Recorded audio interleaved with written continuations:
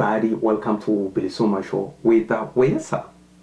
Now, as you already know, if you don't know, in my opinion, OPDO members are part of the problem. The solution could be, OPDO could be the solution, too, could be part of the solution. Yes, if they stay out of their people's way. Just stay out of it. In other words, do not get involved. Do nothing. People, they are going to rise up. They know what they want. Yes. All you have to do is stay out of the way.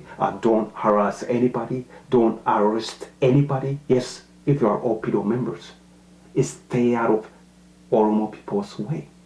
Oromo people, they know what they want. Yes, they are going to get what they want. They are going to get what they deserve. You stay out of the way. Yes, just stay out of the way. Don't get involved.